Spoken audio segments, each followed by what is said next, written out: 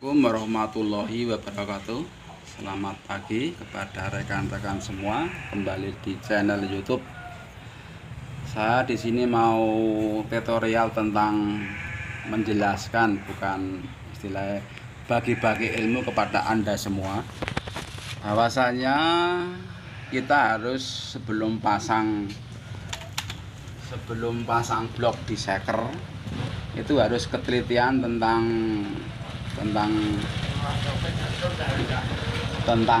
masalah kebenaran. Mungkin Anda bagi yang montir mungkin apakah sudah teliti atau belum. Kita di sini mau bagi-bagi ilmu kepada semua teman mungkin yang mau baru belajar. Yang pertama yang perlu diingat tentang shaker ini, saya tidak membicarakan tentang produk, tapi yang jelas shaker saja. Di sini saya mau menjelaskan tutorial tentang masalah shaker. Ini ketelitian masalah shaker, awet dan tidaknya dicek di lobangan ini. Lobangan ada lobangan ini harus diteliti benar. Karena mungkin Anda selama ini teledor dengan keadaan sudah meyakinkan kalau shaker baru otomatis sudah bagus, tapi belum tentu. Ini kebetulan saya dapat yang udah bagus, lubang-lubangnya udah teratur, udah bersih. Dulu saya udah pernah dapat yang agak kecil, agak kotor, harus saya benerin dulu karena ini sebagai percikan oli yang dari blok di stang shaker. Ini harus dicek dulu sebelum dipasang. Lubang-lubang itu di antara tiga, yang satu yang kecil-kecil, satu yang gede itu harus dicek bener. Ini bener-bener udah bersih lubangnya. Ini masalah shaker ya. Yang penting ini nanti kancingan sini jangan lupa, sini sama sini. Ini ada kancingan sebelum nanti dipasang, ada kancing snap mungkin kecil agak kayak gini.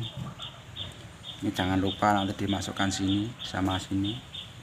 Ini yang pertama masalah shaker. Saya kira nanti ya, ini yang in itu biasanya kan di atas, bukan malah pengaruh panah ya.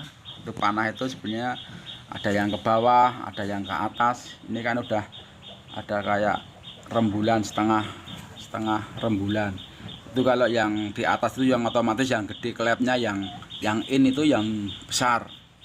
Yang kedua yang kecil itu out, klep out otomatis yang kecil. Jangan sampai kebalik gini. Kalau kebalik gini itu sebenarnya kalau packingnya itu standar itu nggak masalah, kemungkinan nggak gaduk. Tapi nanti ada suatu packingnya dikurangi atau mungkin bloknya dikepras, kalau dibalik gini biasanya ini agak gaduk sininya klepnya. Ini pas hisap dan buang. Ini saya kira masalah shaker ya begitulah. Saya sebagai sedikit tutorial tentang berbagi ilmu kepada Anda semua. Ya, selanjutnya masalah ring shaker ya. Kalau 4 tak itu ring shakernya ada beberapa macam. Yang belakang itu ring shaker oli, untuk oli, kompresi oli. Nah, yang kedua yang tengah itu agak hitam, jangan diingat ini yang tengah ini ya hitam baja. Memang semua baja tapi bentuknya kan berbeda. Yang paling depan itu agak keputihan, agak putih. Nah, agak putih. Tapi juga perlu dilihat. Ini masalah mungkin bagi Anda semua, ini khususnya kalau Honda itu jelas sekali, tapi kalau Yamaha itu biasanya bolak-balik ada hampir sedikit kemiripan kalau tidak teliti. Kalau sini agak runcing, sini tumpul di balik. Ini agak tumpul, tidak runcing. Bisa dilihat. Maka diperhatikan kepada rekan semua sebelum pemasangan ring diteliti dulu, biar sebenarnya boleh runcing, bukan yang runcing ini. Maksudnya ini agak landep, ini maksudnya. Agak landep ini kan. Ini harus di belakang. Tapi kalau Yamaha biasanya tidak begitu terasa. Tapi kalau yang Honda itu terasa, yang runcing itu di belakang, posisinya gini. Nah, ini coba diperhatikan ya cara pemasangan ring shaker yang benar. Ini harus berani saja, harus keberanian. Yang pertama ini cara pemasangan ring berani aja. Satu. Nah, sekiranya ini udah masuk, langsung ini aja. Nah, iya, langsung pakai pisau boleh, pakai harus benerani aja, enggak kita ini jarang kalau putus itu sebenarnya, kalau patah itu jarang, apalagi yang baru itu kemungkinan kecil kalau patah. Itu harus berani ya, sebagai semua montir harus berani, resiko nggak apa-apa, yang namanya belajar ya,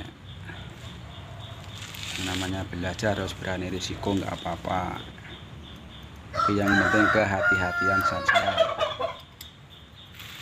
Nah,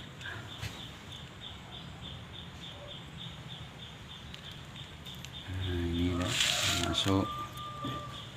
Nah, kurang lebihnya begini ya. Ini kan seakan-akan sambungannya di sini, di atas ini, kalau bisa di samping atau di bawah, silang antara sini dengan sini, kalau bisa disilang.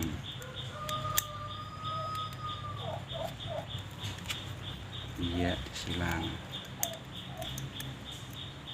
gini ya, karena sambungannya ring di sini sama di sini. Yang keduanya yang hitam itu di tengah. Hitam itu bebas, sambungannya di atas boleh, di bawah boleh. Kalau saya biasanya di samping ini, sini seakan sini sama sini. Oh, di sini boleh, ini yang tengah ya.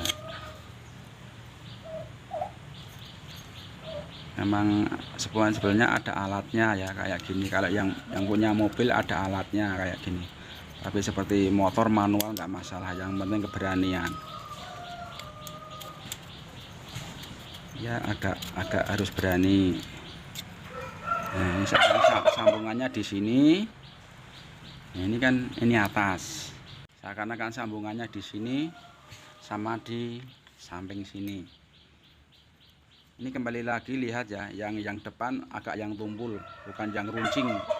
Ini kan ada agak runcing yang sini agak tumpul. Diperhatikan, ini agak tumpul. Kalau dibalik sini agak runcing. Ini kalau di Honda itu jelas sekali tahu, kalau di Yamaha tidak begitu terasa. Yang penting harus ketelitian. Posisinya gini. Jadi yang agak tumpul itu di depan, posisinya gini. Tadi kan sambungannya kan di sini, yang hitam. Sekarang sini, samping, seakan samping. Nah, ya, ini. Gitu.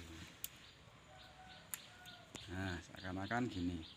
Jadi kalau sambungannya nggak lurus, itu kemungkinan oli kan tidak bocor. Yang kembali diingat, ini harus lubangan harus jelas, harus bersih. Ini lubangan. Ini caranya masukkan di sini, ini harus hati-hati. Ini dikasih oli dulu biar licin.